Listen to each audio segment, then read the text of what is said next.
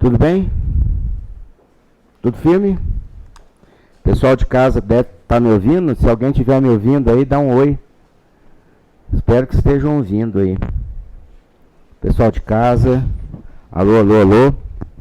Antes de mais nada, eu vou me apresentar para vocês, tá? Eu sou o professor Robinson. Trabalhei aqui no Degraus desde a fundação. E resolvi dar um tempinho na carreira e na vida para cuidar de mim um pouquinho, da minha família.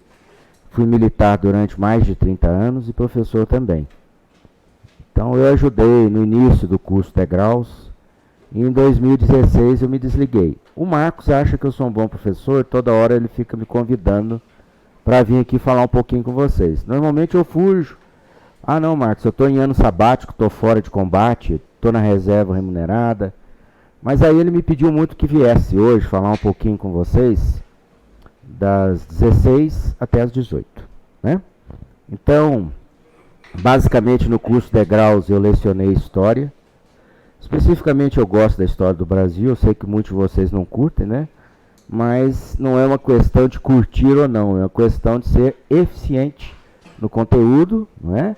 Para que vocês atinjam um objetivo. Aqui é uma turma preparatória para a SpaceX, creio eu, né? Então, no Marcos, eu trabalhava com a ESA, com a SpaceX, não sei se aqui ainda funciona pré-vestibular, não lembro mais, e também com o QCO, o oficial que é preparado em Salvador, né? Vocês vão para a academia, vão para a SpaceX para a AMAN. Agora, tem um segmento do Exército Brasileiro em que quem tem curso superior, né, é a SFESEX em Salvador. Então, a pessoa que tem um determinado curso superior pode fazer um concurso. Eu o classifico como um dos mais difíceis. SpaceX também. Então, nessa tarde de hoje, eu vou falar um pouquinho de história, um pouquinho de preparação, tá? Vou convidar no final vocês a conhecerem o meu Instagram. Vocês não vão precisar me adicionar, eu nem vou saber que vocês vão lá. Na minha página tem um linkzinho. Eu não tenho seguidores, a minha busca não é por seguidores. Eu sou um ajudante anônimo, né? E hoje a onda é o podcast. Então, há muito tempo atrás, eu incentivava os meus concursandos a gravarem as aulas em MP3, naqueles aparelhos bem do século XX, e ficarem ouvindo. Hoje o podcast é isso atualizado, só que você ouve pela internet, consome poucos dados, normalmente são palestras de no máximo 15 minutos. Eu comecei recentemente, estou achando o projeto muito bom pelo nível de acesso. Não é monetizado, eu não ganho nada com isso e nem quero ganhar também, tá? Então lá eu vou falar um pouquinho. Eu espero que vocês sejam bem-sucedidos, né? Espero mesmo, de coração. Agora, faz parte da vida, o erro e o acerto, não é? O sucesso ou o insucesso. O que não pode é a pessoa achar-se ou julgar-se um derrotado e desistir do seu objetivo. São jovens e outras oportunidades virão. Então eu os convido a conhecer esse meu projeto, ele vai durar para sempre. Eu falo sobre história, sobre atualidades, falo sobre geografia, não é? Falo sobre o mindset, você mudar, reconfigurar sua mente para atingir. Não é coaching, não é mentoria, tá? Podem ficar tranquilos, não tem nada disso. A gente não vai conversar, vocês vão me ouvir. Se gostarem, ouçam um novo episódio. Se não gostarem, me esqueçam. Né? É assim que funciona, tá bem? Bom, eu quero iniciar a minha fala com vocês da seguinte forma. Vocês têm se preparado? Alguém aqui já prestou o concurso? Creio eu que sim, né? Então vocês têm se preparado há um bom tempo. A prova vai ser quando? Hã? Agora já? Próximo. Então isso aqui deve ser um projeto de imersão. Lá nos primórdios, muito do que vocês têm aqui foram sugestões minha, né? Esse projeto aqui, ele nasceu de uma transmissão que eu fiz de casa pelo Skype. Não sei se o Marco já comentou isso para vocês. Naquela época, sim, eu usei o Skype. Eu acho que vocês nem sabem o que é isso mais, né? É muito pré-histórico. Rapaz, como que uma tecnologia se torna obsoleta em tão pouco tempo, né? Então eu fiz, nos anos 2000, eu fiz uma transmissão de Skype. O Marcos achou aquilo a primeira maravilha do mundo. E a partir daí ele desenvolveu esses projetos de aulas online e por aí vai. Então, muitas inovações, a imersão, etc., eu as conheço bem. Mas eu não estou aqui para garantir a vocês a homeostase. Eu estou aqui para falar de entropia. Quem estudou termodinâmica sabe do que eu estou falando, né? Eu não estou aqui para vir aqui e fazer tudo da mesma forma que sempre foi feito. Estou botando pilha no Marcos para que ele transforme os degraus de homeostático em entrópico, ou seja, que ele promova o caos, porque às vezes as crises, o caos, não são de todo ruim.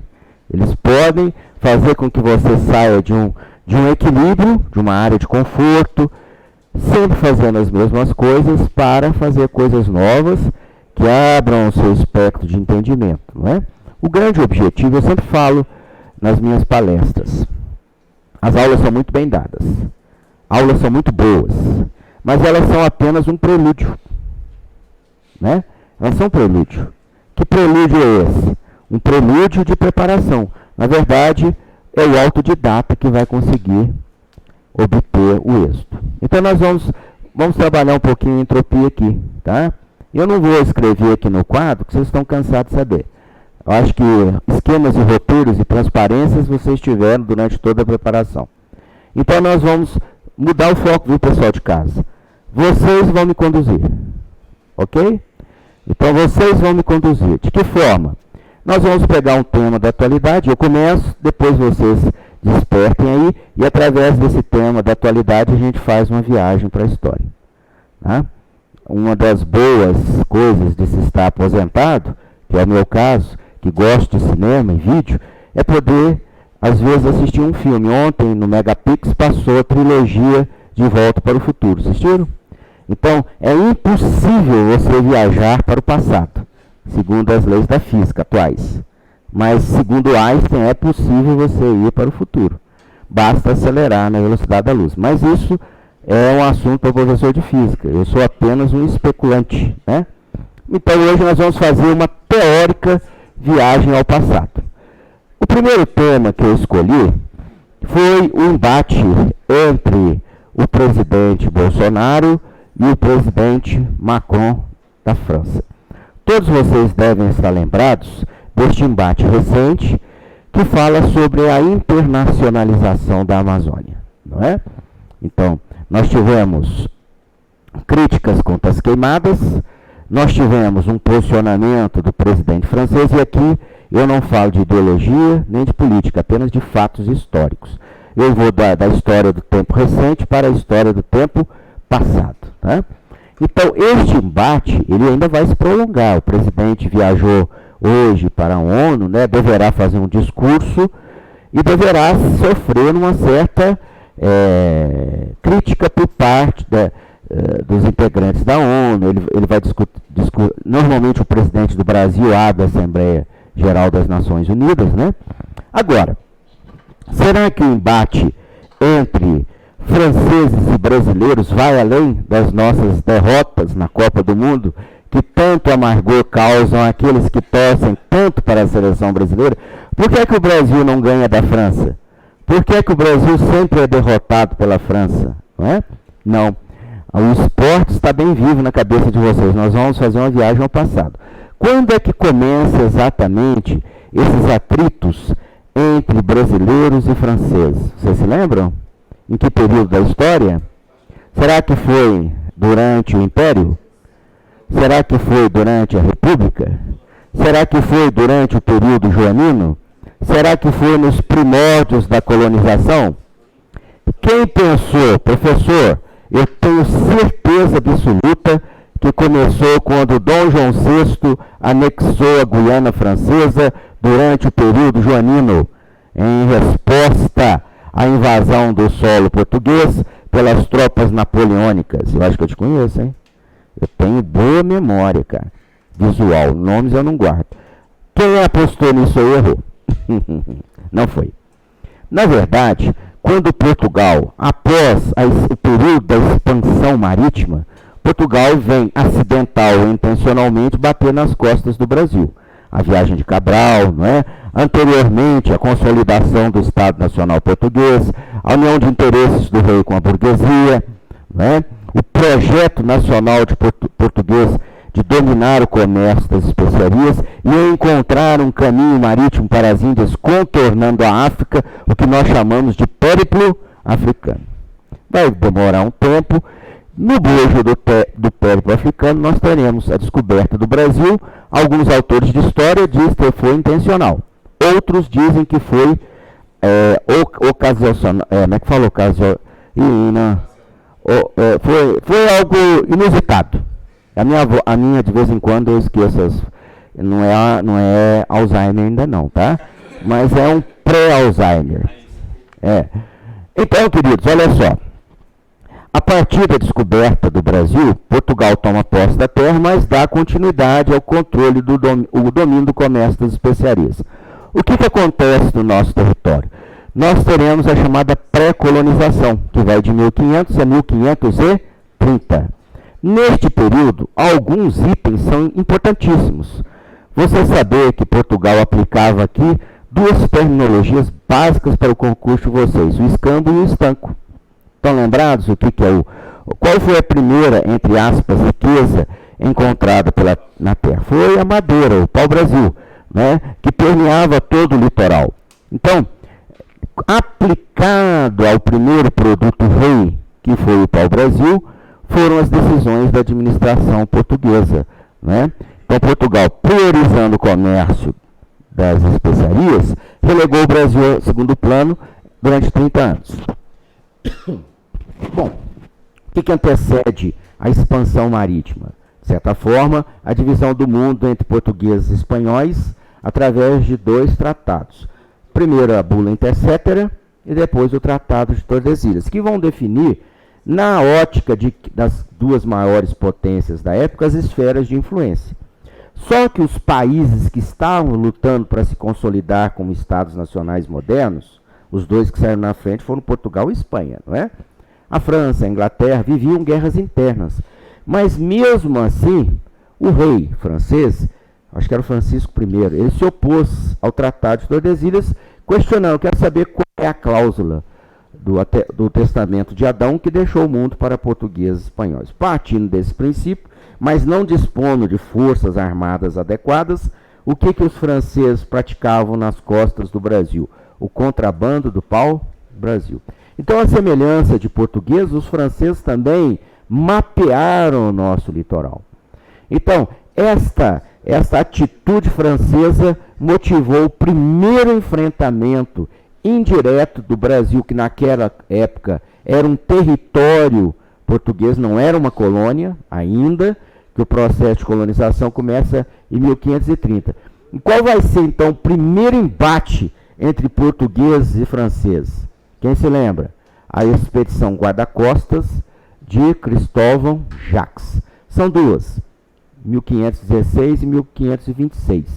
Essas expedições tinham por objetivo capturar os contrabandistas franceses, não é?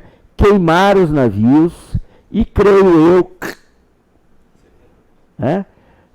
por fim ao contrabando. Okay? Então, o primeiro embate direto entre os proto-brasileiros e os franceses acontece durante o período da colonização. Isso vai se acentuar no ano de 1555, quando, no governo geral de Duarte da Costa, os franceses, fugindo de uma guerra religiosa, se estabelecem numa região do Brasil, na Baía de Guanabara, e lá fundam a chamada França Antártica. Professor Rosa, caramba, os caras vieram para cá e dominaram o Rio de Janeiro? Sim. Sim, no governo do... Aí vem uma dica para você que está em casa, para você que está em sala. A dica é, estude os 3 primeiros governadores gerais do Brasil. Qual foi o primeiro? Tomé de Souza, Duarte da Costa e o Mendes Sá. No governo Duarte da Costa, nós temos o episódio da invasão e estabelecimento dos franceses na área da Baía de Guanabara. Vai ser no governo de Mendes Sá que eles serão expulsos. E aí, no contexto de guerra, nós teremos a fundação do Rio de Janeiro, a morte do sobrinho de Mendes Sá, o Estácio de Sá, não é? A aliança dos índios com os franceses na temível, como é que se chamava lá essa aliança? Confederação dos Tamoios. Na entrada de Niterói, eu não conheço Niterói, diz o Marcos que tem. Perguntei, alguém conhece Niterói aqui? Na entrada tem uma estátua do índio aliado aos portugueses, o Araribóia. Mas quando você vê a estátua, você fala, rapaz, se enfrentar esse cara em combate não deve ter sido legal.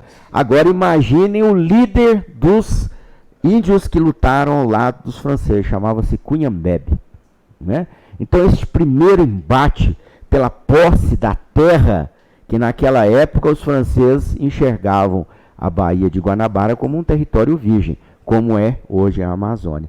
Então vem sempre aquela coisa, a história se repete, nós teremos um conflito armado pela Amazônia? Eu não sei, não é meu objetivo divagar sobre isso, mas o passado nos deixa lições bem claras. Foram expulsos daqui sim, não é? É uma ótima dica para você que está em casa, vocês que estão em sala, revisarem rapidamente, uma rápida olhadinha, né? Não vou falar muito porque eu quero falar sobre toda a história, né? Então, senão... Agora, o segundo momento em que nós teremos um embate entre franceses e portugueses, já na colônia, com o episódio da França equinocial, quando os franceses invadem o Maranhão e se estabelecem ali, né? Então vejam bem que esses conflitos naquela área ali começam desde a colonização. Depois, quando alçado à condição de líder após a Revolução Francesa, Napoleão ele decreta o bloqueio continental, a proibição que as nações europeias fizessem comércio com a Inglaterra, e como consequência invade o território português, porque dependente da economia inglesa, Dom João fez um jogo pendular, ora apoiava a França, ora apoiava a Inglaterra e acabou sendo invadido. Qual foi a solução para a coroa portuguesa? Migrar para o Brasil no episódio histórico conhecido como inversão brasileira, ou seja, a vinda da família real para cá, aí nós vamos ter a abertura dos portos, dá início o período joanino. Eu considero a chegada de Dom João ao Brasil como o capítulo inicial do nosso processo de independência. Muito bem. Em represália à ocupação militar francesa do território português, o que o Dom João faz? Anexa a Guiana Francesa. Invade e anexa a Guiana Francesa. Ok? Então vejam bem, aí professor parou aí, não, durante a República as relações com a França foram muito amistosas, até porque foi enviado para o Brasil a primeira missão militar francesa, que veio atualizar o exército brasileiro, que estava desatualizado desde a Guerra do Paraguai. Então, no início da República, nós tivemos a doutrina militar francesa em vigor no Brasil, durante muitos anos. Vocês sabem quando é que a doutrina militar francesa deixará de ter influência no Brasil? A partir do momento em que o Brasil vai para a Segunda Guerra Mundial, né, integra o 5º Exército Americano e passa para a área de influência doutrinária do Exército Norte-Americano. E é o que está em vigor até hoje. Embora o Brasil preconize ter a sua própria doutrina militar. Eu acho super válido. Tirando de todos um pouquinho, inclusive dos vietnamitas. No Exército Brasileiro tem assim, manda observador, como é que vocês conseguiram derrotar os americanos na guerra do Vietnã? Então acho muito válido você observar tudo e de tudo tirar aquilo que lhe dá proveito. Viram só como esse embate tão atual entre o governo brasileiro e o governo francês remonta aos tempos coloniais, né? Remonta aos tempos do Brasil colônia, não é? Então é muito interessante, até no período da regência de Dom João, período joanino, ok? Então, muito bem. Alguém me sugere um outro tema atual aí?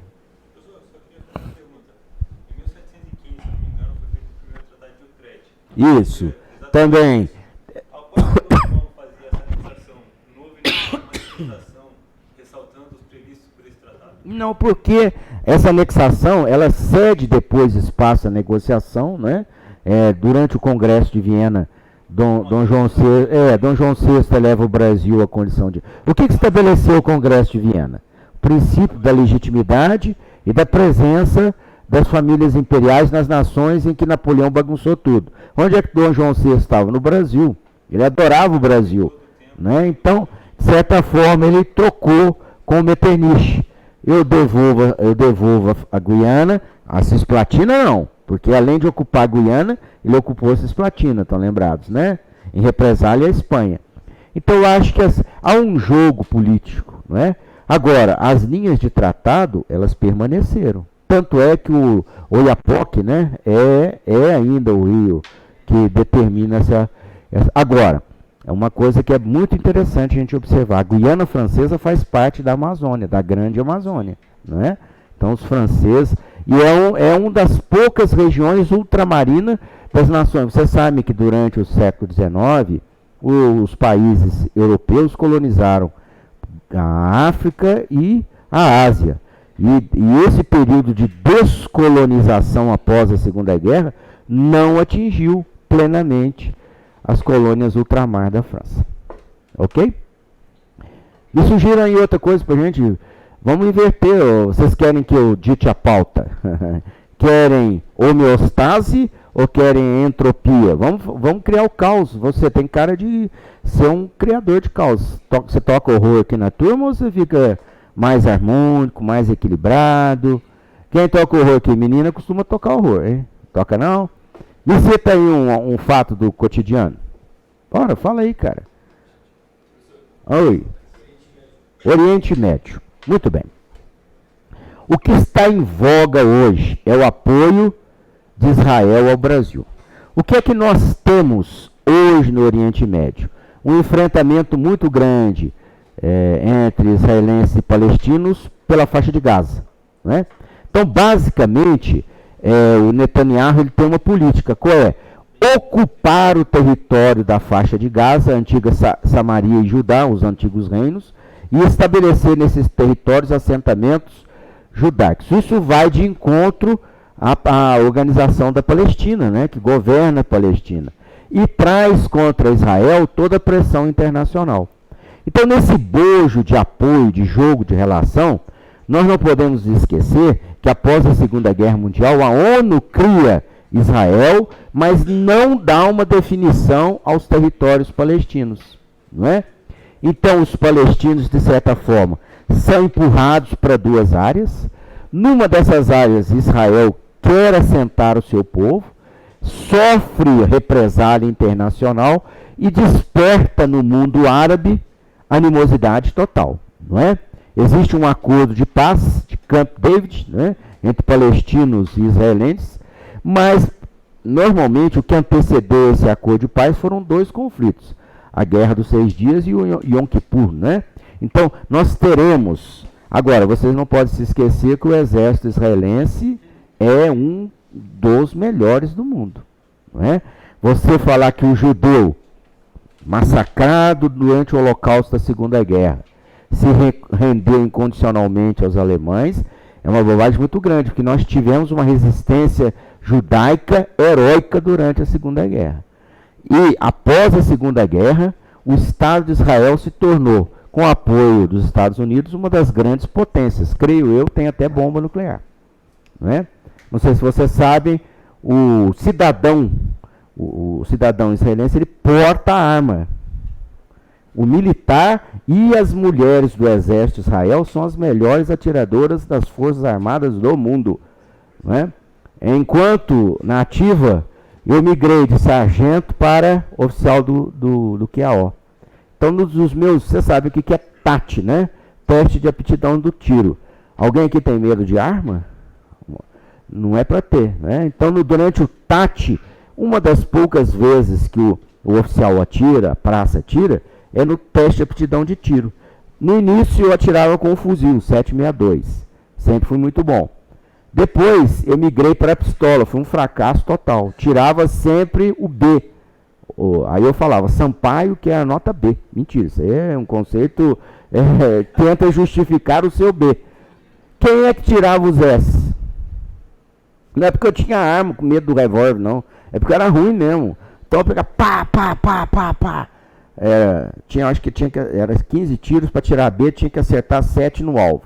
Eu acertava na andorinha, no calango, não sei o que, no alvo ia só o mínimo. Tinha uma garota lá, menina nova, oficial, temporária, ela punha a mão assim, ó, e tum, tum, tum, tum, tum. Falei, rapaz, eu chegava perto, quantos tiros você acertou, menina? 15. Ah, obrigado.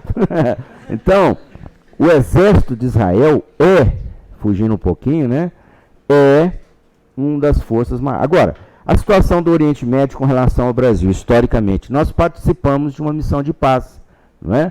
Durante um tempo, foi uma das primeiras missões de paz que o Brasil participou da ONU, perdão, para manter a paz após uma das guerras conflituosas entre israelenses e os países árabes. Ok? Quanto à questão da tecnologia, Israel não transfere tecnologia diretamente ao Brasil, mas dá suporte tecnológico após o acordo nuclear com a Alemanha. Você sabe que as nossas usinas nucleares foram fruto de um acordo nuclear com a Alemanha na época ocidental durante o governo do presidente Geisel. Esse acordo não está mais em vigor, mas creio eu, existem algumas empresas israelenses oriundas do Oriente Médio que dão esse suporte, ok?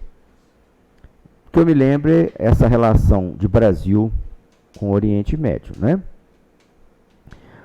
Vou chutar aqui um assunto bastante interessante. Partido político.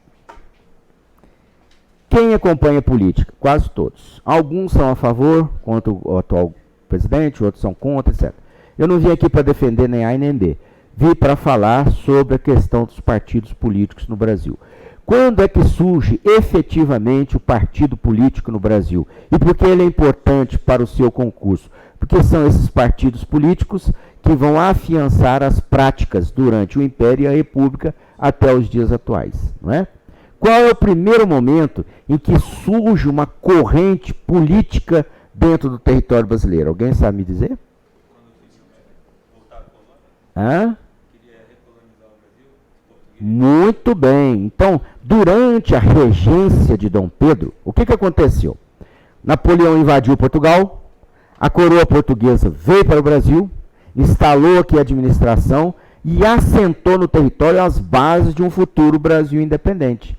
Quem questiona a figura do Dom João VI como uma pessoa obesa, viciada em comer frango de galinha, coxinha de galinha, frango de galinha é ótimo, né? Asinha, tal, não sei o quê, acertou, ele tinha essa mania. Mas mais do que isso, ele foi um grande administrador. E mais do que isso, permitiu assentar as bases de um futuro Estado brasileiro.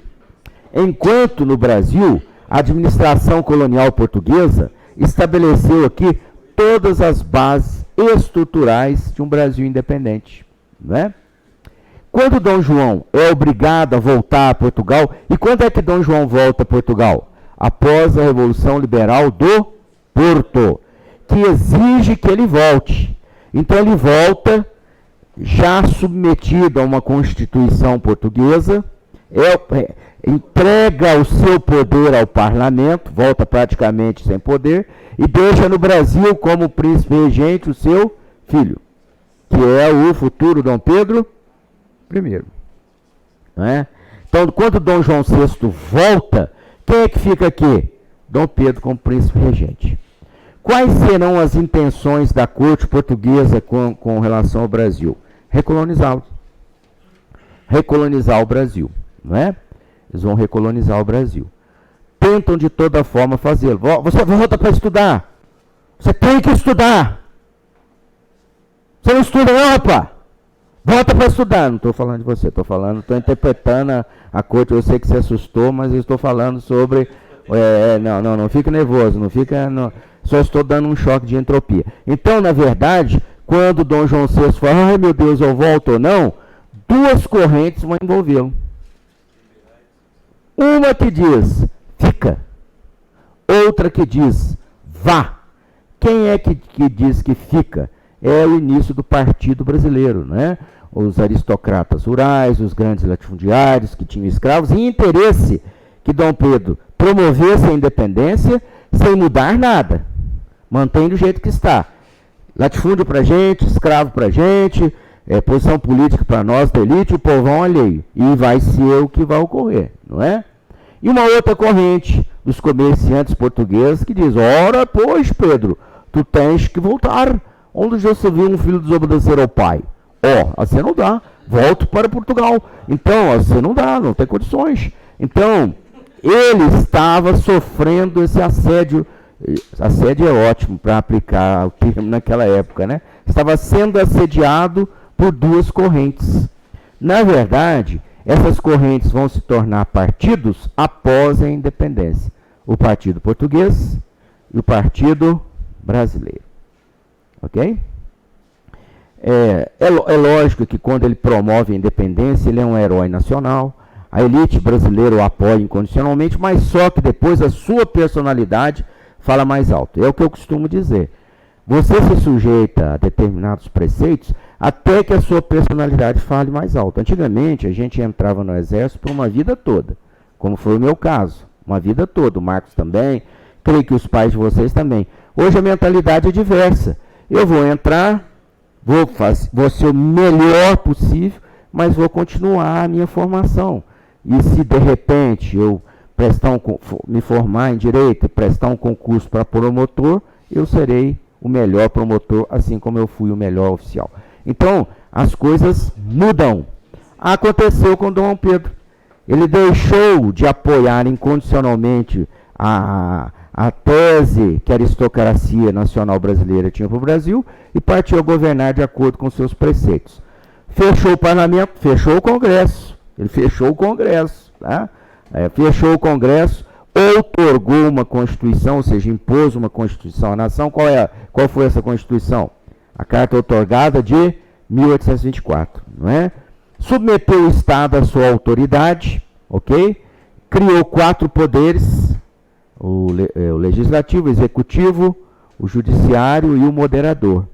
E durante todo o seu reinado entrou em conflito com o Partido Brasileiro, que no finalzinho vai fazê-lo apiar o poder e abdicar em favor de Dom Pedro II. Mas entre a abdicação de Dom Pedro I e o golpe da maioridade de Dom Pedro II, nós temos o período em que vai gestar todos os partidos políticos. Você está doido, professor? É ali que surgem os partidos, o exercício da política. Por quê? Porque durante o primeiro reinado, nós tivemos uma monarquia clássica. Durante o segundo reinado, nós teremos outra monarquia clássica, seguindo os preceitos da Constituição de 24. Agora, entre o primeiro reinado e o segundo, nós temos o período regencial, um dos períodos mais conturbados da história do país, onde surgirão vários partidos políticos, os moderados, os exaltados, aqueles que queriam a volta de Dom Pedro, os caramurus, os chimangos, os jurujubas, e inclusive aqueles mais radicais, que naquela época já queriam a república. Tá? Então, estimados alunos, concursandos, candidatos, durante o período regencial, nós teremos a base para a formação político-partidária dos 2 grandes partidos políticos do Brasil durante o segundo reinado. Quais serão eles? Os liberais e os conservadores. Só que esses segmentos políticos partidários queriam a mesma coisa, à exceção de uma. Os liberais queriam compartilhamento do poder com as províncias. E os conservadores, que o poder emanasse do Rio de Janeiro, a capital. Não é isso que a gente vive até hoje? Não é? Esse choque entre federalismo e centralismo é o que a gente vive até hoje. Até quando um governador pode ter destaque, até quando o presidente tem destaque, até quando o Congresso tem destaque, até quando o Judiciário. Tudo isso nasce lá no Império, até que Dom Pedro II, num ato genial, ele enxerga a realidade política e cria os gabinetes de conciliação. Não é? Mas, ao final, Dom Pedro II foi tão magnânimo que ele, durante o seu reinado, permitiu a existência de um partido republicano, que vai corromper a base de um futuro terceiro reinado da princesa Isabel. Essa situação política durante a República Como é que ela evolui? Nós teremos, os partidos serão regionais, serão partidos dentro dos estados, depois surgirão os partidos nacionais, dentre eles o mais poderoso, o Partido Republicano Paulista. Um jogo político entre Minas e São Paulo, e a partir de Getúlio, esses partidos são cassados. Não é? Findo a era Vargas, com um período que nós chamamos de redemocratização, do presidente Dutra até o presidente João Goulart, nós teremos o surgimento de vários partidos políticos que vão embasar os partidos políticos de hoje. O PTB, né? O Partido Comunista Brasileiro e outros que vão se transformar ao longo desse período e vão originar os partidos políticos. Opa, eu tô olha aqui, ó. Tô esquecendo dos chats aqui, ó. Perdão, hein, pessoal. É porque eu perdi a prática, eu tô meio ruim aí na... Até a atualidade, frisando as partes mais importantes, por favor. Professor, o acordo não é de Oslo? Camp David não é com o Egito? Sim, é com o Egito. Bruno perguntou, é porque eu tô sem prática, eu tô meio... Ajudei a criar isso aqui, tô feito Zé Mané, não tô prestando atenção na tela ali. Ok? Qual é essa situação político-partidária do Brasil no dia de hoje? Ela é decorrente diretamente de qual evento? Quem é que se lembra? No governo do presidente João Figueiredo, chega ao fim o bipartidarismo da Arena e do MDB, e ao fim desse bipartidarismo surgirão os partidos modernos, né? Nós teremos a anistia ampla, geral e restrita, né? A vinda das pessoas que estavam exiladas e a fundação de grande parte dos partidos políticos que estão até aqui, né? Inclusive o MDB voltou a ter o nome que tinha originariamente durante o governo militar. Ok? Já cansaram? Tá chato? Já cansaram, cara? Vamos fazer aqui uma tempestade de ideias para acordar? Eu falo uma coisa, você fala o nome. Pode ser assim? Normalmente exitoso para o concurso. Ok? Você olhou para mim. Por que você está olhando para mim? Me diga quem foi o patriarca da independência. Quem foi o patriarca da independência? Que influenciou Dom Pedro I no contexto de programação? Ministro do Interior, José Bonifácio. Como é que se chama a primeira esposa do Dom Pedro I? Leopoldina. Teve algum papel importante? Máximo na formação do Brasil imperial. Né? Aqueles que acham que a mulher não teve importância nenhuma, é claro que teve. Me diga uma mulher importante no contexto do Exército Brasileiro. A patrona do serviço do QCO. Aquela que lutou na Guerra de Independência. A Maria. Maria do Bairro. Que Maria do Bairro é do SBT, pô. Maria Quitéria. Não é? Maria Quitéria. Tempestade de ideias. Tem medo de tempestade de ideias? Normalmente, eu pergunto quando eu falo assim, tempestade de ideia. O cara faz assim, eu já, opa, esse aí. Ele não quer uma tempestade. Não quer uma tempestade. O que me veio à cabeça aqui agora que eu quase esqueci? Eu quase esqueci, cara. Quase esqueci. É um sinal do Alzheimer em progresso, né? Eu acho que eu já estou um grau acima do que eu estava atrás anteriormente. Me faça uma pergunta aí. De atualidade. Vamos discutir atualidade. Vamos falar um pouquinho sobre o processo de industrialização do Brasil, meio fazendo uma interface com a geografia, né? Quando é que surge efetivamente a industrialização brasileira? Nós temos dois momentos clássicos. Qual é o primeiro? Historicamente, o Brasil ele tem uma tradição herdada da coroa portuguesa. Qual é ela? O plantation. Quais são as bases elementares do plantation? Latifúndio, monocultura, trabalho escravo, mercado externo. Estão lembrados disso, da colonização? Os plantations, que deram sustentação à produção de açúcar e de café. Quando é que se quebra isso? Primeira vez que se quebra isso. Quem é que se lembra? Durante a independência, perdão, eu creio que o Brasil ele sai da esfera de influência de Portugal e passa para a influência econômica da Inglaterra. Não é? Então, tudo aquilo que os tratados de 1810, aliança, amizade, comércio e navegação, formados durante o período joanino, se tornarão válidos durante o primeiro reinado e durante o segundo reinado. Ou seja, os ingleses vão encher o país de produtos e vão pagar pouca taxa. Em linhas gerais, o que acontece? Então, Dom João, numa sacada de mestre, fala, Dom Pedro II fala, rapaz, então quer dizer que a gente enche esses produtos aqui, não paga, a taxa deles são pequenas, vamos aumentar isso aí. Quem é que se lembra do político? A tarifa Alves Branco.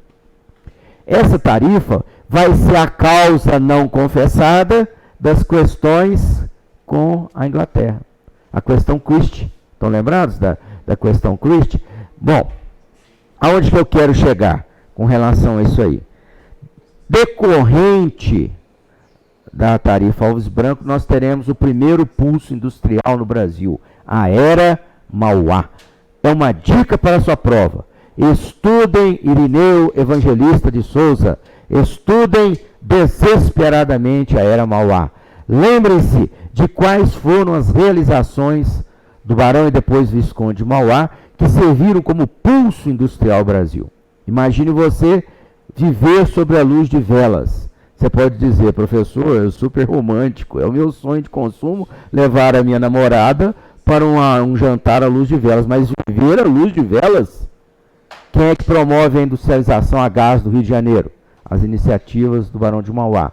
A primeira grande fundição, né? A navegação a vapor, o telegrafo. Olha, as notícias da Europa chegavam no Brasil com 90 dias de atraso. O cara abriu o jornal, Real Madrid foi campeão. Aí o cara comemorava, foi 90 dias atrás, né? Mentira que não tinha nem Real Madrid naquela época, né? Então foi graças às iniciativas do Barão de Mauá que foi estendido um cabo submarino ligando o Rio de Janeiro a Paris. Pelo telégrafo, as notícias eram Agora imaginem só, alguém já foi para a Europa aqui? Eu não vou porque eu tenho medo de avião. Começa por aí. Você tem medo de avião? Você baixou o olho e falou, você concordou. Eu falei, eu não vou porque eu tenho medo. Você fez assim, ó, realmente, eu tenho medo. Bom, imaginem a pessoa levar um cabo submarino através de todo o Atlântico. Foi uma inovação tecnológica, até porque, através do telégrafo, né, implantado aqui no Brasil, as notícias chegavam mais rápido. Então, o primeiro pulso industrial foi o do Barão de Mauá. Mas a efetiva industrialização acontece quando? No governo Geisel. Governo Vargas, que Geisel que é? Governo Vargas, não é? A questão da siderurgia, não é? A posse da nossa maior riqueza, que é o petróleo, não é? Agora, e quando é que começa a internacionalização da economia brasileira? Nós tivemos dois grandes momentos. O momento em que Juscelino Kubitschek promete evoluir o Brasil 50 anos em 5, ele vai quebrar as barreiras industriais que existiam e vai permitir a chegada das multinacionais. A primeira delas, a automobilística. E o segundo momento, professor, na transição de Geisel para Figueiredo, quando nós tivemos o Programa Nacional de Desenvolvimento e a quebra do mercado de reserva. Ou seja, eu vivi isso durante o governo Sarney, herança do governo Figueiredo. Nós tínhamos os programas nossos aqui, e os computadores eram alheios à revolução do Windows. Nós trabalhávamos com coisas dinossáuricas, se é que existe esse nome, e achávamos, era cada disquete desse tamanho. Vocês já viram isso aí na história da tecnologia? Um disquete que não cabia nada, um monstro desse tamanho, você usava para rodar os programas, e o máximo dos computadores era um XT, tela preta e letra verde. A gente jogava aqueles joguinhos mais, que hoje não ocupa nem 0,00% da memória de um celular. Bom, a partir desse momento, a economia brasileira começa a se internacionalizar com a chegada das chamadas multinacionais. Beleza? Então são dois momentos que resta vocês entenderem bem. A Era Vargas, a questão da industrialização, e a quebra do mercado de informática. Um outro momento bastante válido foi quando o presidente Collor assinou a permissão para a atualização das indústrias automobilísticas no Brasil, né? Durante o governo Sarney, o melhor carro que nós tínhamos era o Ford Del Rey. Alguém conhece? Era o melhor carro, era um carraço. Quem tivesse o Ford Del Rey, hoje eu vejo esse Jeep como é que chama? É o Ranger. Eu vejo esses Jeepinhos, né? Rapaz, os Jeeps que nós tínhamos no Brasil eram os originais da Segunda Guerra. Eu achava o máximo. Agora eu vejo esses Jeeps aí, o Renegade. Nossa, eu acho aquilo... rapaz, cara, esses dias eu cheguei perto de um e falei, caramba, é tecnologia pura. Quem é que foi a pessoa que permitiu a chegada das montadoras atualizadas ao Brasil? Fernando Collor de Mello. Tá? Fernando Collor de Mello. Tá? Foi ele que intensificou a entrada do Brasil no mercado informático. Foi com ele que o Windows finalmente aportou no Brasil, né? E hoje o que é o Windows? Quem usa PC aqui ainda? Eu não uso mais, faço tudo no celular. Estava conversando com a menina lá embaixo. Não é caro, esse meu aqui não é o atual, mas é uma maravilha, porque tem uma moça que chama Siri. E eu converso com ela, namoro com ela diretamente. O Marcos me ligou, pode vir dar uma aula aqui? Marcos, eu não posso. Pode, cara. Siri, me manda para o Degraus amanhã às 15h40. Eu estava lá em casa lavando roupa. Robinson, tem que ir para o Degraus. É coisa... Então, hoje com esse negocinho aqui, eu não tenho mais computador. Eu gravo meus podcasts aqui, ó. Insiro música, faço tudo. Digitinho, cara. Isso foi a chegada do Windows. Hoje, quem é que usa o Windows 10? Alguém ainda usa aqui? Quem é que tem a sua vida restrita ao celular? Não é rede social, não. Rede social é subproduto. Quem é que faz tudo? Eu faço imposto de renda, né? Eu desenvolvo, faço tudo. Converso com a inteligência artificial. Acho assim ela meio devagar. Ontem eu pedi, Siri, eu quero ver o filme, o trailer do filme Rambo até o fim, porque eu gosto, né? Eu sou daquela época do Rambo, do Schwarzenegger. Ela me mostrou, eu não preciso nem pedir play. Quer que dê play? Por favor. Eu a trato com deferência, né? A minha esposa fala, você é louco, você trata uma inteligência artificial, ela está ouvindo o que você está falando, viu? Né? Dizem que esses programas ouvem tudo que a gente faz. Então, eu espero que ela não tenha gravado os meus puns no banheiro, né? Porque você diz que está escutando tudo, né, cara? Então, muito bem. Mais alguma dúvida? Vamos mais para uma pergunta aí. Ou vocês querem que eu pare com a entropia e siga o caminho normal? Vamos tentar o caminho normal? Vamos falar um pouco de revoltas. Revoltas, ótimo. Então vamos falar um pouco da revolta. Você está revoltado? Mas por que você quer que eu fale sobre revolta, assim? É uma coisa... então ótimo. Não é uma coisa assim, não anseio, assim, não, né? Então, muito bem. Então vamos falar sobre revoltas. Existem alguns momentos claros destas históricos de revoltas no Brasil. Vamos para o primeiro deles? São duas situações clássicas no Brasil colônia. As revoltas nativistas e as emancipacionistas. Qual é a diferença básica entre os dois ciclos evolucionários? Os primeiros queriam soluções locais para problemas locais, não pensavam em emancipação. As outras duas, contrárias às primeiras, pensavam sim em emancipação. Não é? Falar um pouquinho sobre as nativistas ou as não emancipatórias. Cada uma delas procurava resolver problemas locais. Por exemplo, a aclamação de Amador Bueno da Silva, em São Paulo. Quando terminou a União Ibérica, os espanhóis em São Paulo ficaram inseguros se deveriam sair do Brasil ou não, porque com a União Ibérica, Tordesilhas perdeu o valor. Era uma bagunça que só, né?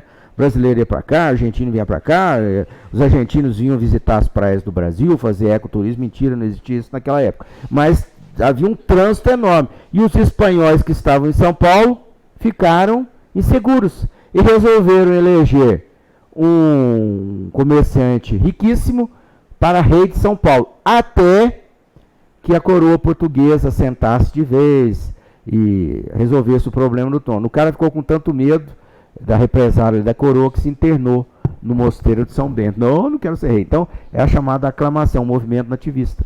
Um outro famoso, a revolta de Beckman. Onde que aconteceu?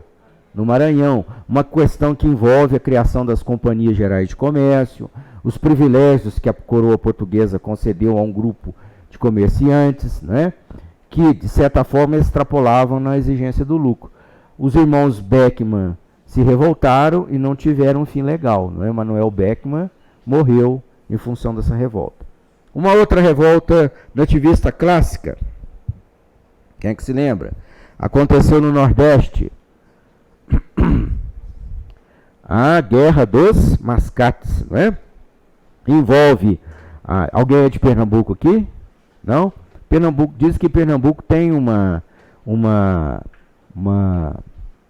é que fala? Uma rivalidade muito grande entre Olinda e Recife, né? E Olinda já foi, de certa forma, uma comarca do Recife. Então, quando Olinda conseguiu a sua emancipação, isso gerou um conflito de interesse entre os comerciantes do Recife e os portugueses do Recife e os senhores de engenho de Olinda. Isso aí gerou a Guerra dos Mascates. Não houve mortes e feridos, né?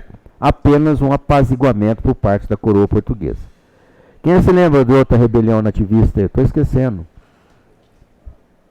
Falei, a Guerra dos Emboabas. Quem é que se lembra em que contexto surgiu isso? Na exploração do ciclo do ouro. Como é que foi feita a corrida do ouro no Brasil? A gente sabe que os vicentinos, né, finda a exploração do açúcar, os bandeirantes de São Vicente partiram para o interior com alguns objetivos bem claros. Apresar índios, descobrir ouro, pedras preciosas, e dar combate às tribos hostis e aos quilombos. Não é? Então, o bandeirantismo, ele será dividido em 3 vertentes: de apresamento, de prospecção e o sertanismo de contrato. Fruto da ação bandeirante de prospecção, nós teremos a descoberta de ouro na região das Minas Gerais, que englobava os estados de São Paulo, Rio e... Opa, pergunta aí, caiu a transmissão, dá F5, dá um F5 aí, cara. Então, fruto desse embate entre aqueles que descobriram as minas e aqueles que queriam explorar a região, nós tivemos a Guerra dos Emboabas. Quem é que foi enfrentar toda sorte de perigos para explorar o interior do Brasil?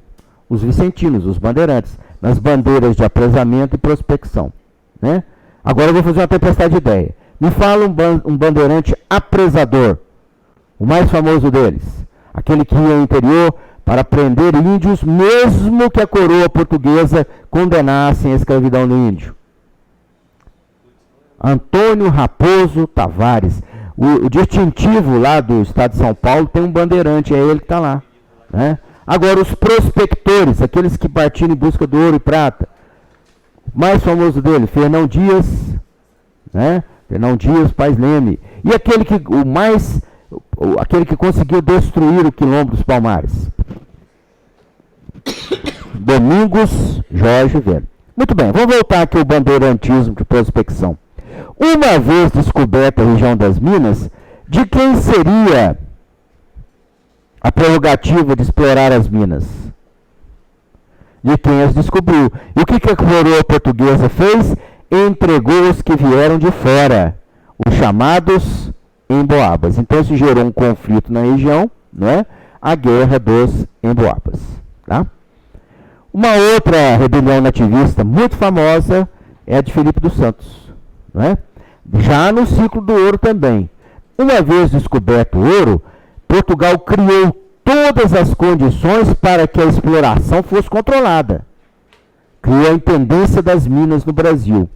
E, de certa forma, a Intendência intensificou tanto o controle que foi proibido a circulação no Brasil de ouro em pó ou em pepitas. O ouro tinha que ser transformado em barras de ouro com o selo da coroa portuguesa, quintado e selado. Quer dizer, a parte da coroa portuguesa já seria recolhida. Então você vai com aquele saco de ouro, 20% dele fica para a coroa portuguesa. E gerou uma revolta, a revolta dos mineradores de Vila Rica.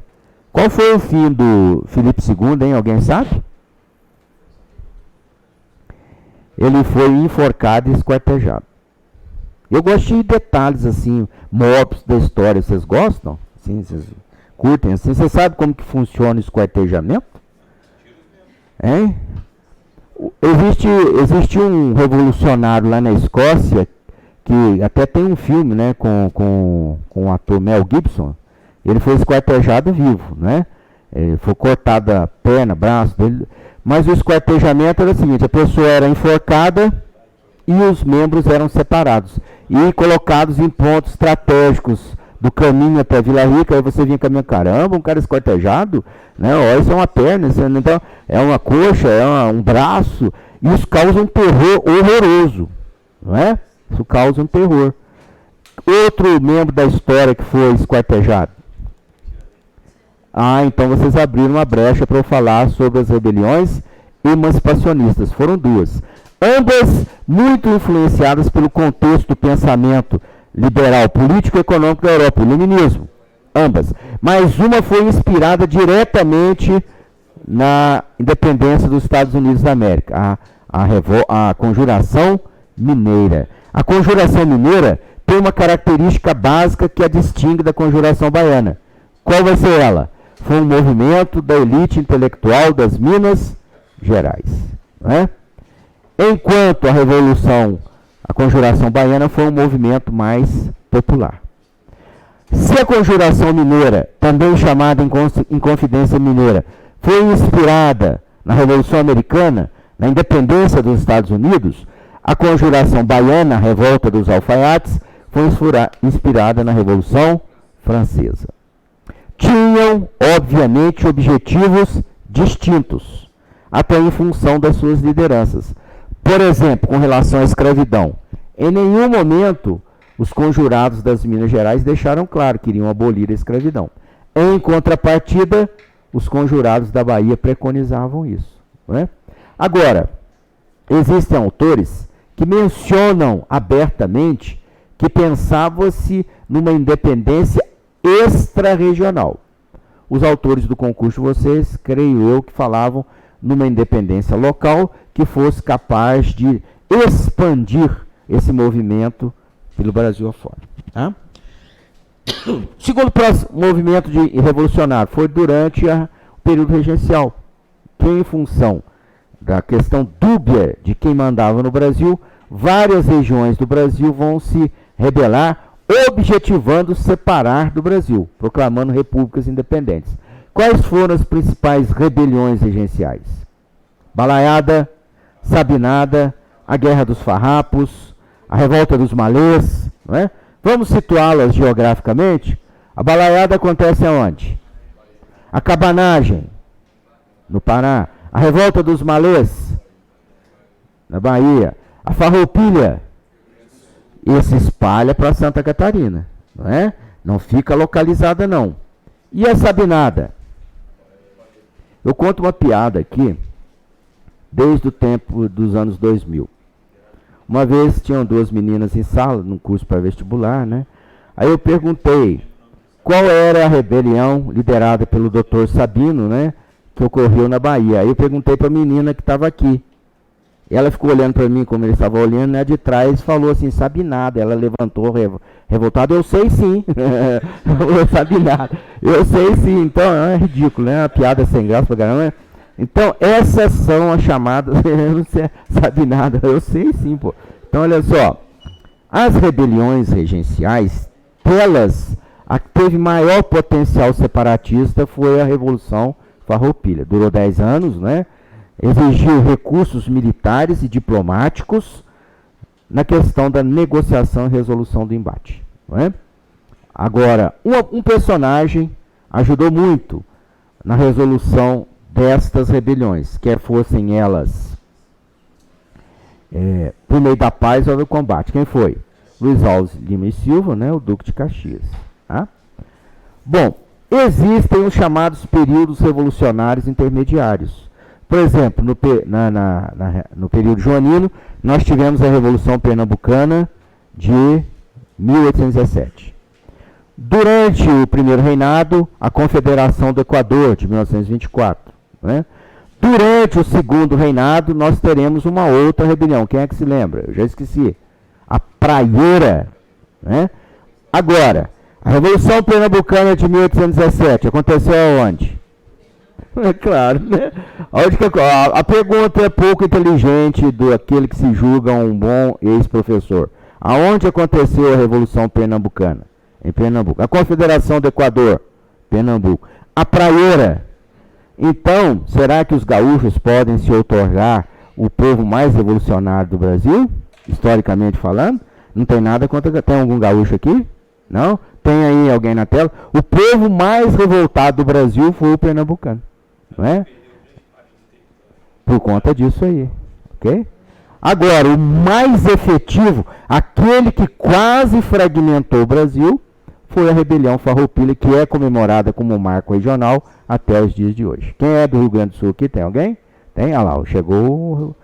Não estou falando mal, tá? Estou falando super bem. Muito bem. Outras rebeliões. Vamos falar algumas da República? Vamos falar de duas revoltas messiânicas.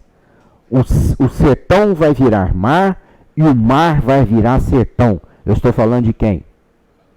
Antônio Conselheiro, né? Na rebelião messiânica de Canudos. Alguns autores de história dizem que tinha um viés monarquista, outros que não. A bem da verdade, o sertanejo se revoltou contra a sua situação e confrontou primeiro as forças militares estaduais e venceu expedições militares do Exército. Tá? O Exército brasileiro sofreu para vencer Canudos pra caramba. Quando é que acontece Canudos? No finzinho do governo Floriano Peixoto e durante o governo do Prudente de Moraes. A semelhança de Canudos, nós tivemos o Contestado no sul do país. Também foi uma rebelião. Eu gosto de falar de morbidades. Vamos falar sobre Canudos um pouquinho? Antes da definitiva expedição militar comandada pelo próprio ministro da Guerra, o coronel Moreira César, que havia participado dos combates da Revolução Federalista e dado cabo aos revoltosos do federalismo no governo do início da República, ele comanda as tropas com direção a Canudos. Faz marcha acelerada, vocês vão fazer isso na AMAN, se Deus quiser, acho excelente. Marcha para o combate, você vai em acelerado, equipado com mochila fuzil até um local e aí combate. É a marcha para o combate, não é mais assim, né? Transporte hoje é feito motorizado. Mas naquela época era a pé. Então ele chegou, em vez de dar descanso à tropa, ele avançou sobre Canudos e sofreu um revés grande. Morreu em combate e muitos dos soldados dessa expedição foram empalados vivos nas árvores do caminho. Vocês já ouviram, sabe o que é empalamento? Existe um personagem da história europeia que é muito conhecido por isso. Eu gosto desses detalhes, né? É o chamado Vlad Tepes Dracul. Quem foi ele? Bram Stoker usou esse personagem para criar um dos mais icônicos personagens de terror, que hoje vocês não estão nem aí porque assistiram It, que é uma porcaria, tem o Brinquedo Assassino, mas o personagem clássico é o Drácula. Está me faltando um dente, porque eu fiz uma cirurgia, então esse meu dente aqui é de Drácula, o outro também era, eu não tiro. O dentista falou, deixa eu nivelar todos, não, eu tenho um dente tipo Drácula. Não tem nada a ver, né? Nem sei porque que eu estou falando isso. Muito bem. Aonde é que surge essa técnica do empalamento? Lá. Né? E é utilizada na Guerra de Canudos. Vamos voltar para o conteúdo? Vlad, o empalador. O Alexandre gosta, hein, Alexandre? Aperta a mão aqui, Alexandre. Esse negócio de It, Boneco Assassino, aquela outra série lá que tem um demônio lá, como é que chama? Negócio de atividade paranormal. Isso aí não tá com nada. Terror é múmia, lobisomem e Drácula. Mas não é esse negócio do lobisomem, do vampiro que virou o Batman, não, pô. Não gostei da indicação dele. Acho que o Batman tinha que continuar, mas isso não tem nada a ver. Vamos mudar para a história aqui, né? Muito bem. Falamos de duas rebeliões messiânicas durante a República. Mas nós tivemos embates, não é? Terríveis. Por exemplo, a primeira revolta da Armada, que ocasionou como é que fala? A renúncia do primeiro presidente, a segunda revolta da Armada, a Revolução Federalista, não é? Tudo isso faz parte do contexto de rebeliões durante o período republicano. Na era Vargas, olha outra dica para SpaceX. Vocês já ouviram falar da Revolução Constitucionalista de 1932? Se a Farroupilha tem um valor histórico agregado aos gaúchos, a Revolução Constitucionalista de 32 é feriado em São Paulo, né? Porque os paulistas pegam em armas contra o governo de Getúlio, motivados pelo episódio da morte de 4 estudantes numa manifestação. Esse episódio é do MMDC, o múltiplo mínimo divisor comum, certo? Não tem nada a ver, né?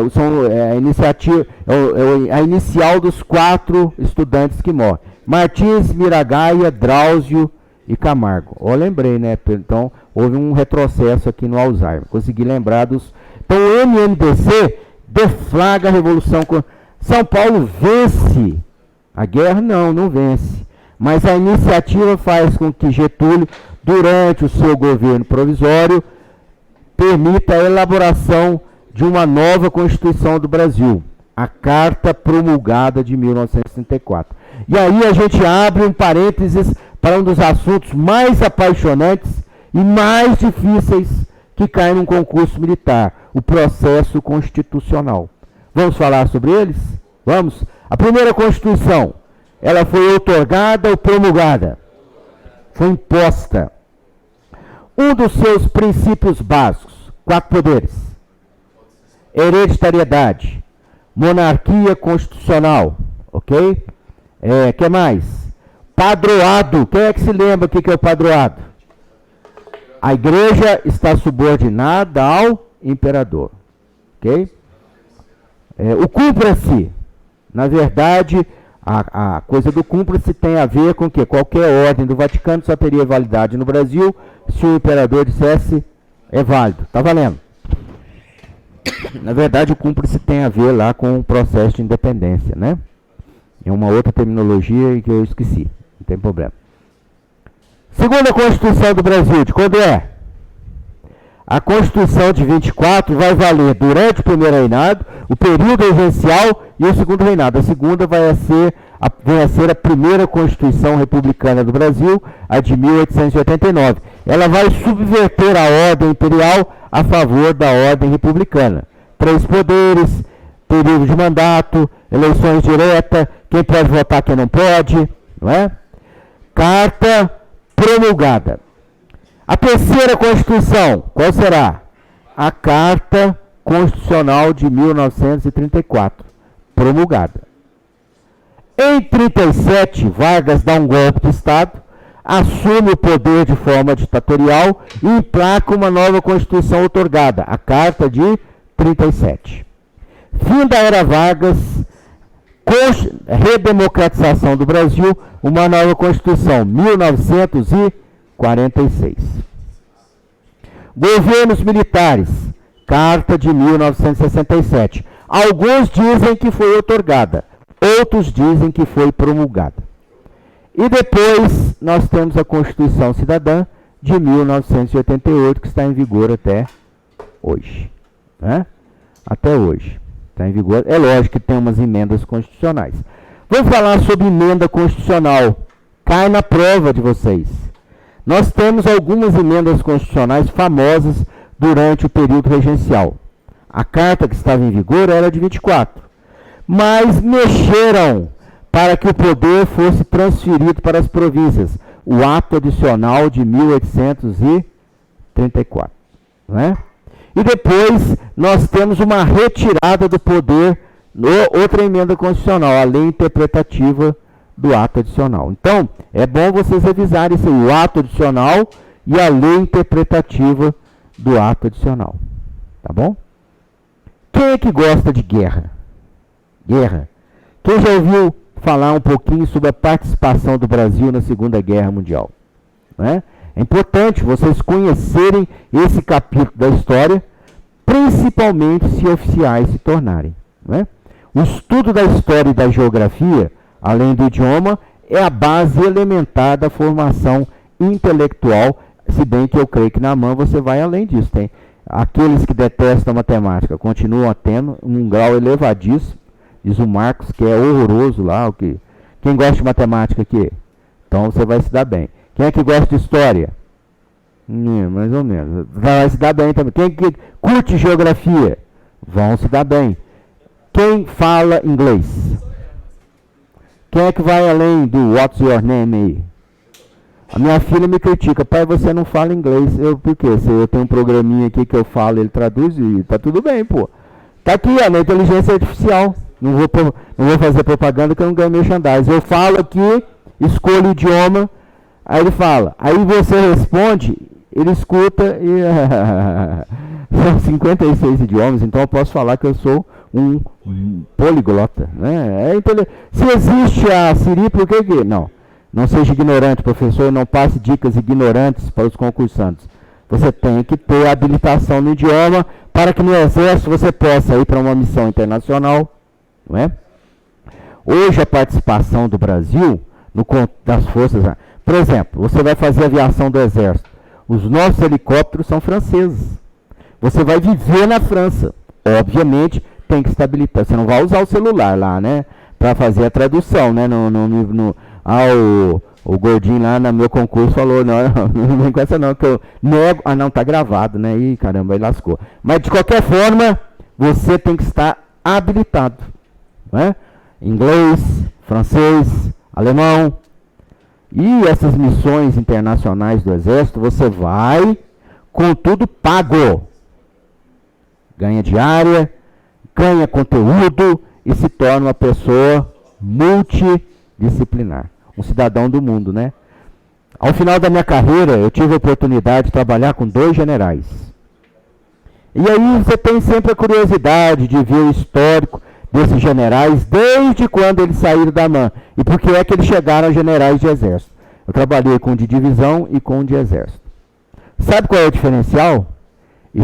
Além de boas notas no curso de formação e de aperfeiçoamento, tiveram fora do Brasil em missões internacionais. Isso é muito valorizado para o oficial do Exército Brasileiro. Então, o prenúncio é: dediquem-se a um idioma, ou 2, se possível, né? Não é? E quais seriam esses? Não sou eu que estou dizendo, é o histórico da carreira desses 2 oficiais generais. Primeiro deles, o inglês. E o segundo, o alemão. Tá? Então, o inglês, o alemão, o francês, o espanhol, não importa. Você tem que ter habilitação. E como é que isso funciona, professor? Uma vez oficial, você vai ter esses idiomas. Hoje, a classificação em básico, avançado, intermediário e avançado caiu, não é? Hoje são níveis. Então, existe o Centro de Estudos Pessoal do Exército, que você pode se matricular nesse curso e, com o passar do tempo, ir se habilitando nesses níveis. Nível para servir numa embaixada, nível para uma missão no exterior e assim sucessivamente. Não abram mão disso, hein? Vocês podem se tornar oficiais e conhecerem o mundo. Voltando à Segunda Guerra. A participação brasileira, ela se dá num contexto inédito. Que contexto era esse? Getúlio era muito inteligente, não é? E querendo para o Brasil a implantação de uma base industrial, ele negociou abertamente com alemães e americanos. Os americanos saíram na frente, conseguiram convencê-lo do apoio, ele cedeu a região do Nordeste como base para os americanos efetuarem a invasão da África, e em contrapartida ganhou a siderúrgica de Volta Redonda, siderurgia de Volta Redonda. Qual vai ser a retaliação nazista? Afundar navios no nosso litoral. A guerra submarina, para mim, é uma das mais covardes. Por quê? Porque o submarinista, naquela época, ele não escolhia alvo. Tem a bandeira do Brasil, afunda, mas é um navio de passageiros, afunda a si mesmo. Então isso motivou a um clamor popular, o Congresso jogou pesado e Getúlio declarou estado de guerra contra os alemães. O exército brasileiro ainda tinha a doutrina francesa, né? E os franceses tinham sido derrotados. Vocês já viram essa história de franceses com alemães? Vou fazer um breve parênteses aqui. Durante a formação da França e da Alemanha, eles tiveram uma rivalidade intensa, não é? E, de certa forma, Napoleão é avassalador. Derruba a Alemanha. Mais tarde nós teremos a Guerra Franco-Prussiana.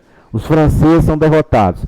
Na Primeira Guerra, os franceses são vitoriosos e exigem e humilham o exército alemão que eles assinem um acordo, a rendição num vagão de trem.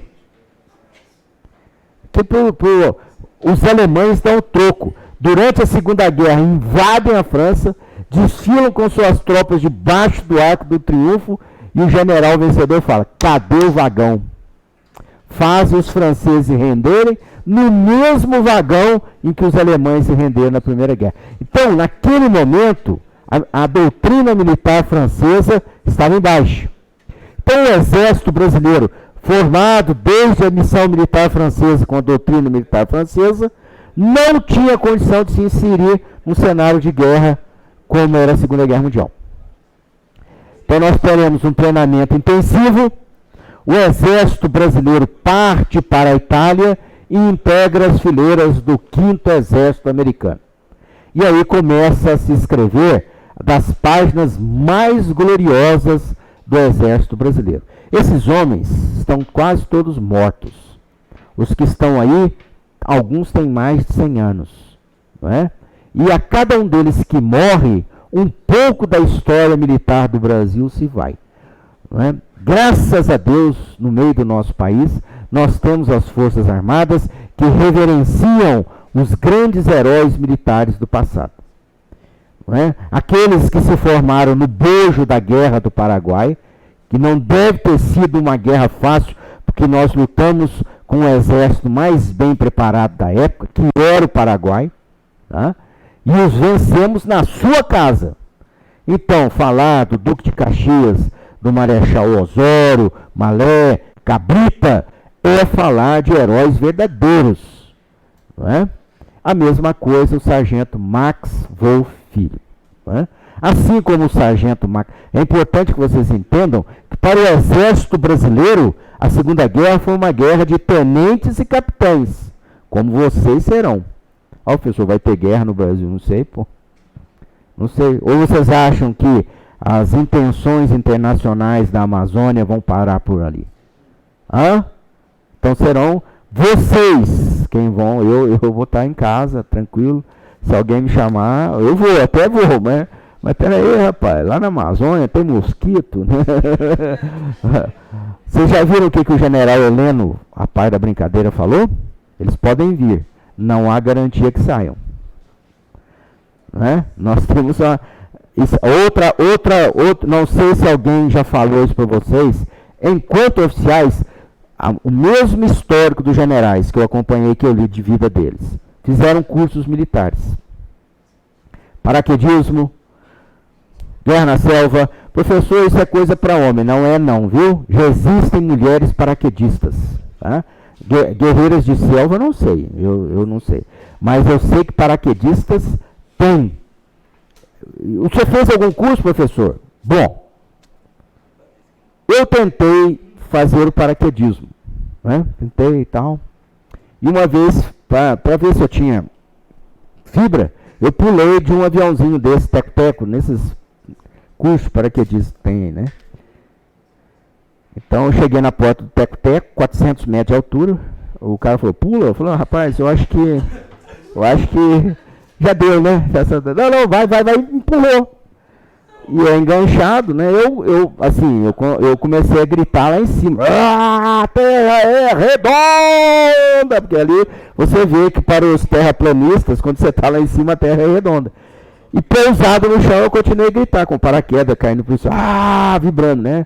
O cagaço, o termo militar aplicado à minha situação era imenso, né? Então eu já vi que eu deveria preparar o intelecto para o desempenho na minha carreira. O oficial de formação, ele tem que buscar o montanha, ele tem que buscar o PQD, ele tem que buscar o idioma, se possível selva, e vamos que vamos. E vou lhes dizer, hein, tem mulher, ó, tinha o TAT, eu falei do TAT, vou falar do TAF, é o teste de aptidão física. Você tem algumas provas, inclusive vocês vão fazer, se aprovados, né? Barra mulher não faz, né? Faz barra, mulher faz barra? Rapaz, então, Já contei para vocês a história da barra, como é que você... A barra é o caminho para o infinito, né? Que você... Ligar, você liga. Vai, aí você sobe. Desce. Vai, é sob comando. Você não pode chegar lá, 1, 2, 3, não vale. Ligou? Ali não ligou, meu amigo, para você ir. Você quer morder o ferro e não consegue, entendeu? Aí você começa com a pedalada. Como se aquilo fosse te dar impulso. Aí o cara fala, não pedala, candidato, não pedala. Né? Então desce, liga. Tum. Vai. Você não pode ligar. Opa, já puxa. Né? Não vale, não conta. Você tem que ligar e esperar. Ele vai. Aí, meu amigo, aqueles centímetros que separam o seu pescoço da barra, e eu sempre fui, barra, eram 15 para excepcional, 8 para bom. A minha oitava era aquilo assim, eu passava no nariz, contou? Não. Tá valendo? Não, tem que passar o queixo. Só a barra. Tem corrida, né? Tem flexão, tem abdominal. Tudo bem. Você foi um exímio corredor, professor? Eu fui B, sempre fui. Para que eu vou tirar eu? Era B, pô. Eu passava a reta do B e começava a caminhar. Isso teve reflexo na minha carreira, óbvio. Eu poderia ter se promovido mais cedo. Ok? No final da carreira, no B, quando eu era jovem, eu passava o B, o MB estava ali, eu ia tranquilo. No final, para chegar no B, do R no B, é uma marcha na Lua. Já viu quando o astronauta vai? Então, cadê o B? Então, cuidem-se com relação a esse preparo, hein? Para o exame. Eu quero informar vocês que eu já vi candidatos aprovados bem no concurso intelectual e reprovados no exame físico. Aí, meu amigo, o TAF é definitivo. E aonde é que eu queria chegar depois desse volteio todo? Algumas mulheres passavam por mim e falavam, vamos, capitão. Eu falei, estou chegando, vamos lá que eu estou chegando. Isso, vamos lá. Então eu servia. Antigamente as pessoas vinham no meu vácuo. No final eu era incentivador. Vamos lá. Passavam por mim, a minha tática era isso aí, vamos lá. E ia naquela jornada do astronauta. Cadê o B? O B, entendeu? E quando eu passava pro B, era sempre acompanhado de um acesso de vômito, né? Mas isso aí não... Isso não tinha... Bom, final da carreira, vocês vão de dar um desconto, né? Eu andei dando uma emagrecida, mas não é fácil. Então, muito bem. Após essa bobajada toda, deixa eu ver se eu não estou ocupando o tempo de vocês. Dá pra gente falar um pouquinho sobre a história republicana. Tudo bem? Vamos falar um pouquinho? Estão animados ou já cansaram? O pessoal de casa já está aí. A vantagem do cara de casa é que ele pode levantar, buscar um cafezinho, né? Tomar lá um café, tomar uma água. Até não tomei a minha que eu trouxe. Muito bem. A história da República do Brasil é muito cobrada nos concursos militares. O único período que eu acho que as bancas se atêm apenas... Então, dessa cobrança, professor, quais são os aspectos políticos, administrativamente falando, econômicos e sucessão de eventos governamentais, né? À exceção dos governos militares, onde apenas o viés econômico costuma ser abordado. Até porque as bancas não preconizam contexto ideológico, embates ideológicos na formulação das suas questões, não é? Então, falando sobre a segmentação da história republicana, nós teremos a moderna historiografia, fala que de 1889 a 1930 nós teremos a Primeira República, é uma denominação atual. Se cair no seu concurso, você tem que inferir que Primeira República abarca a antiga República Velha, que era dividida em dois períodos. Quais eram eles? A República da Espada e a República das Oligarquias. Né? A República da Espada, que vai de 1889 a 1894, tem 3 períodos. O governo provisório do Marechal Deodoro, o governo do Deodoro e o governo do Floriano Peixoto. Então, nesta fase, é a fase da consolidação da República. É a fase da Constituição de 1891, é a fase das primeiras revoltas republicanas armada, primeira e segunda e Revolução Federalista. É a fase do governo. Quem acha que o bolsonarismo é uma coisa atual, ele se esquece que lá nos primórdios da República, nós tínhamos um movimento semelhante a este, os florianistas, que apoiavam o Marechal Floriano Peixoto. Então, para vocês verem como, o bolsonarismo é uma novidade. Não, já existia lá nos primórdios da República o florianismo. É lógico que não com as mesmas dimensões de hoje, não é? Mas já existia um apoio explícito ao governo do Marechal Floriano Peixoto. Quando termina o mandato do Floriano, começam os governos civis no Brasil. O primeiro presidente, o Prudente de Moraes. Este período, que vai de 1894 a 1930, é chamada de República das Oligarquias. Sucintamente falando, é o período onde se estabelece alguns dos princípios que vão vigorar durante muito tempo na história republicana. O voto de cabresto, o curral eleitoral, o café com leite, a política dos governadores, a dimensão agropecuária do Brasil através da política de valorização do café, não é? Aquele jogo político de revezamento entre as elites de Minas e São Paulo, com breves momentos de interrupção, não é? E a República das Oligarquias chega ao fim, a corrupção política, não é? A República das Oligarquias chega ao fim com a Revolução de 1930, que inaugura a Era Vargas, que vai de 30 a 45. A Era Vargas também tem a sua subdivisão. O governo provisório, o governo constitucional e o Estado Novo. De todos esses períodos, o que mais sofre influência da Segunda Guerra Mundial é a Era Vargas. Antes da Segunda e após a Segunda Guerra Mundial. Por quê? De 30 a 34, nós teremos o governo constitucional. Na Europa, o governo provisório, perdão. Na Europa está rolando o quê? Todos aqueles embates sociais advindos do fim da Segunda Guerra e formação da liderança alemã e italiana. Não é? Então isso terá reflexo no governo de Getúlio. De 34 a 37, na Europa nós temos a primazia do partido nazista, fascista e comunista. Isso tem reflexos no Brasil. Não é? Quais são esses reflexos? A formação de uma corrente fascista no Brasil, Aliança, a AIB, a Aliança Integralista Brasileira, né? É isso mesmo? A AIB. Vocês lembram qual que era o lema deles? Os alemães gritavam, eu não gosto de dar essa ênfase, faziam aquilo e gritavam o nome do seu líder.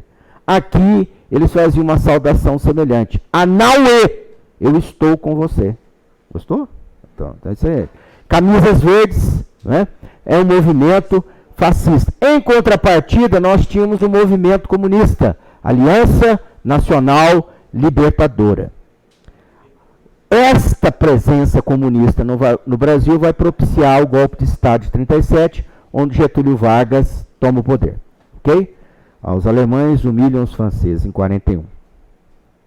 Muito bem. Findo a Segunda Guerra Mundial, quem é que saiu do Brasil para lutar na Europa a favor das democracias? A Força Expedicionária Brasileira. Quando ela volta para o Brasil, o que nós vivemos? Uma ditadura da Era Vargas. Então Getúlio se antecipa. A Força Expedicionária foi uma, voltou outra, ultra preparada pela guerra. Então Getúlio, temendo uma reação da Força Expedicionária, convoca eleições, não sei o quê, mas joga por baixo a ideia dele continuar, o chamado queremismo. Não é? Então, a Era Vargas chega ao fim, Getúlio é deposto, e começa a República Populista, que vai de 46 a 64. Presidente Dutra, JK, Jânio Quadros, João Goulart. Em 64, nós teremos uma ruptura e o início dos governos militares, que vão até 85. De 85 até hoje, nós temos a República atual. Alguns já denominam de República de Coalizão, presidencialismo de coalizão. É uma terminologia mais adequada. Né? Então, vocês têm que ficar muito antenados. Se no seu concurso tiver uma menção à Primeira República, nós estamos falando sobre a República Velha, abarcando a República da Espada e das oligarquias. Se falarmos sobre presidencialismo de coalizão, estamos falando do presidente Sarney até os dias de hoje. Ok? Beleza? Olha só, são 17h44. Vocês têm o que depois aqui? Continua essa imersão? Mas vocês têm... Acaba tudo? Ah, então dá tempo de eu ainda... Posso aproveitar esses 15 minutos? Posso? Então eu vou tomar essa liberdade de aproveitar esses 15 minutos e falar um pouquinho sobre um contexto da história que eu acho muito interessante para o seu concurso. Nós falamos sobre as rebeliões, né? Falamos sobre as revoltas, falamos sobre a guerra e etc. Mas não falamos muito sobre a formação territorial do Brasil. Né? Então, é importante, você mencionou até o Tratado de Utrecht, né? É importante você fazer uma revisãozinha naqueles tratados de fronteiras do período colonial. O Tratado de Madrid, o Tratado de Badajoz, Santo Ildefonso, tá? É muito importante vocês, principalmente o Tratado de Madrid, que abarca uma série de eventos, como o Ultiposidetis, o princípio, a terra de quem ocupa, as guerras guaraníticas, não é? O Santo Ildefonso. Então, todos esses tratados abarcam uma questão: a colônia de Sacramento e os 7 povos de Missões. Então, é bom você revisar. Madrid, Sacramento estava com quem? 7 povos estava com quem? Santo Ildefonso, 7 povos e Sacramento foi para a Espanha. Badajoz, vai confirmar Madrid. Tá? Então, faça um resuminho. Eu costumo dizer, e aí eu não sou coaching, eu entro ali raspando, tá? Só entro raspando ali. Eu costumo dizer que neste momento, o ideal é você fazer pequenas revisões de tudo, e de forma anárquica. Tá? Agora eu vou ver isso de matemática. Agora eu vou a português. Alguns recomendam, tira uma revisão clássica e harmônica de um dia para português. Seja ousado, quebra essa rotina. Eu vou ver isso aqui de matemática. Daqui a pouco história, eu vou ver um pouquinho de português. Elenque assuntos. Tá?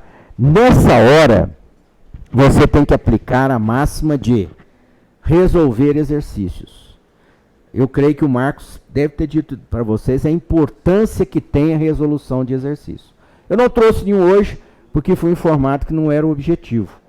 Mas uma das máximas da preparação para um concurso público é a resolução de provas anteriores. Quer uma dica? Vá nas provas anteriores.